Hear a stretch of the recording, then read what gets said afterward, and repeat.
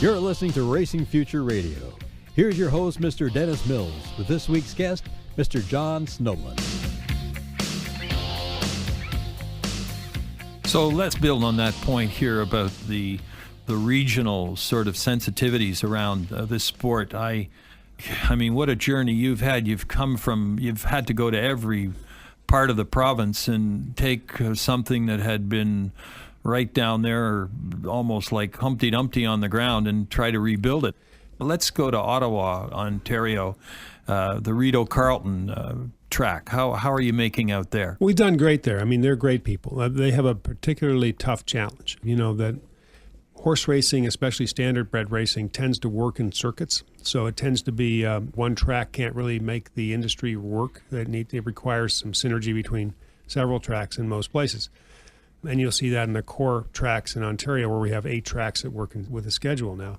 In Ottawa, the problem that was of SARP was exacerbated by, of course, the failure of horse racing really in the province of Quebec about 2 years before that. So, which was a virtual collapse. Right. You have a collapse of an industry in Quebec, which means that tracks that would have operated in a pretty close geographic area to Ottawa were no longer in existence. So Ottawa was really the sole place for horsemen in Eastern Ontario to put the product out there to people and to earn their living.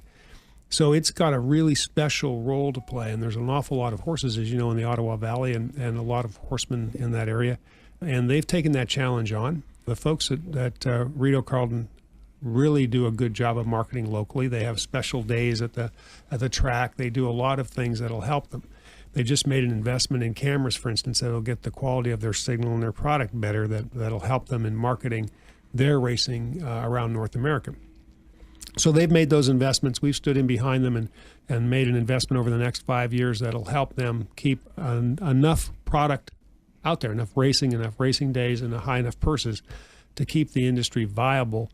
And hopefully some things will happen in Quebec over the next few years that are good for horsemen, and maybe we can rebuild that whole marketplace as opposed to just Ottawa. But right now, they are the key product in that part of Ontario and really that part of Canada.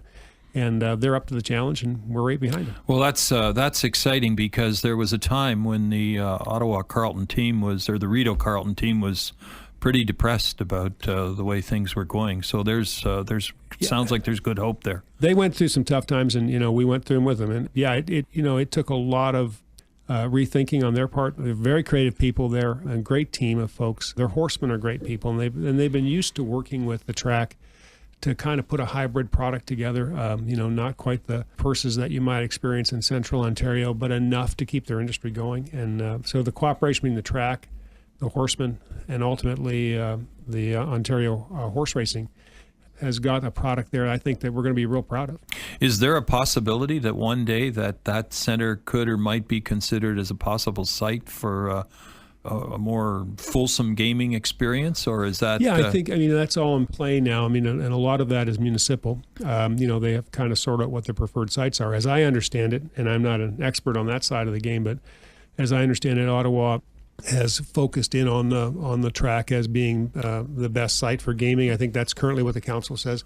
I suspect just a little bit of you have more political knowledge than I have, but my guess is that's going to be the way that works in the long term too. John, thank you so much for your support, your dedication, and good luck. Keep it going. Hope to have you back soon. All right, enjoyed it. Thank you. Okay. You've been listening to Racing Future Radio with your host, Mr. Dennis Mills. This week's guest was Mr. John Snobelen.